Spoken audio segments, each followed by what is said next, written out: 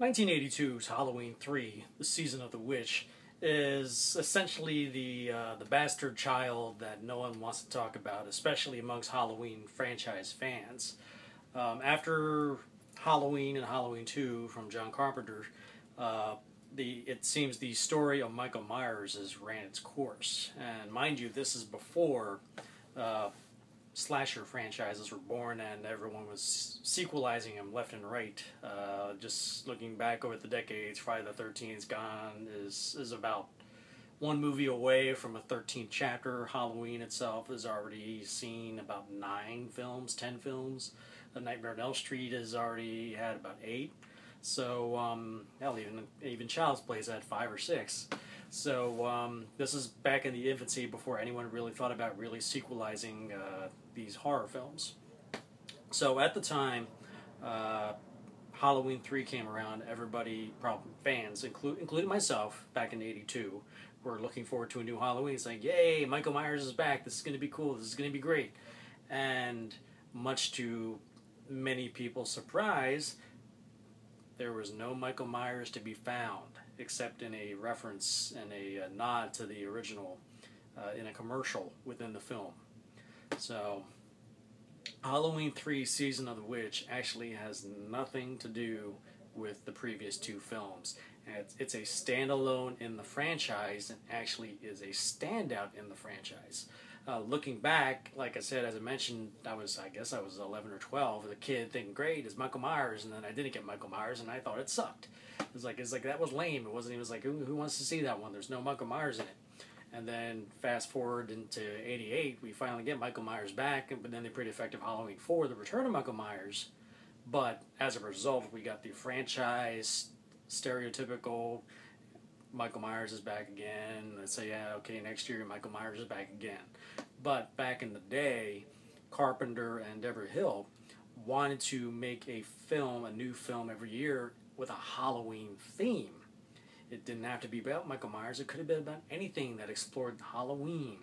And can you imagine if over the last several years we'd be like on Halloween 10 and it would actually be a new movie about like really cool stuff, like real cool horror stuff?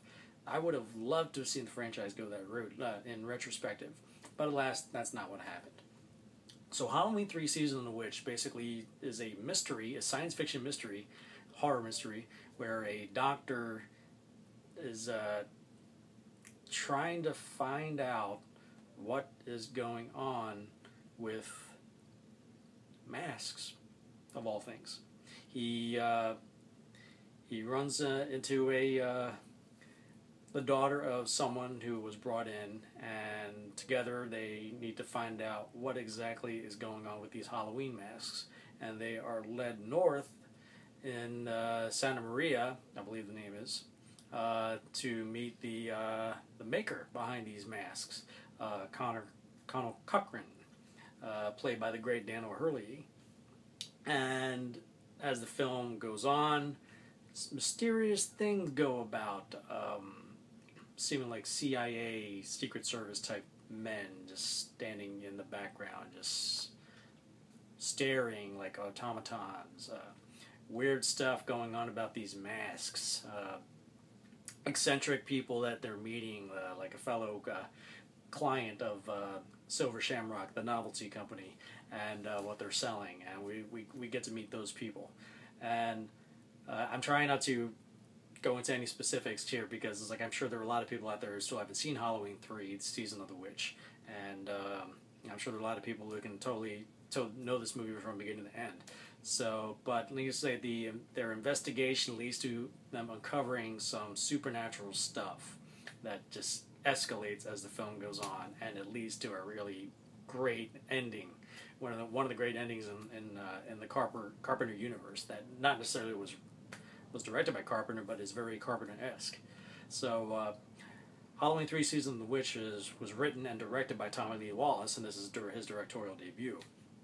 I guess they just tapped him and said, okay, we're going to do a new Halloween, but we don't want Michael Myers involved. So he went out and just created this fantastic horror fantasy that was, in retrospective, is actually pretty solid entertainment. So it's definitely worth the look if you haven't seen Halloween 3. I mean, as I said, there's been 10 films, 11 films maybe, but I think the 11th film is the one that's on the way. And this one really stands out more than any of the subsequent sequels that followed after it, because the other ones are formulaic, following the standard routine that was established with the Friday the 13th franchise. So Halloween 3 was giving something new that I'm guessing in '82 audiences weren't ready for. But nowadays they'd probably be ready to embrace something like that, a brand new Halloween themed movie every year from the same company of directors. Almost like a Masters of Horror Halloween themed movie coming out every year, or like a Tales from the Crypt or something like that. So that is essentially what we missed out on. But Halloween 3 Season of the Witch, probably in 1982, I probably only gave it like a 6 out of 10. I was like, meh, wasn't all that good. But then I was only 11.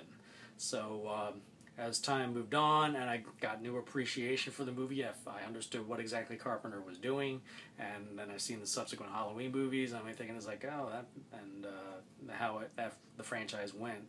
Halloween 3 Season of the Witch, for me now, rates an 8 out of 10. It's a really fun film, and it's very entertaining, very mysterious, has some great effects, great moments, great set pieces, a great villain, some great characters. Tom Atkins is fantastic. Stacey Nelkin is great and pretty damn sexy in the bedroom scene. And there's some great moments. And I remember even having one of those Halloween 3 masks. I had the skull mask, and it glowed in the dark, and it had a silver shamrock button attached to the neck. Of course, I had to peel the damn thing off to see if there was anything involved in it, and it was nothing more than cardboard. But sadly, I don't know what happened to that mask. It's disappeared from my neighborhood home back home in Delray, New Jersey. So, Halloween 3 Season of the Witch. It's a great movie that'll get you into the Halloween spirit if you have not already seen it already, or if it's just something to have on in the background, or you just want to revisit it.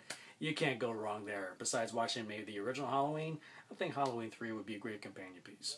So, have you seen Halloween 3 Season of the Witch? Did you like it? Hate it? Share in the comments below. Let me know. I'm curious to find out. If you like my Throwback Thursday review, please hit the like button below. I've included the trailer for Halloween 3 in the description box.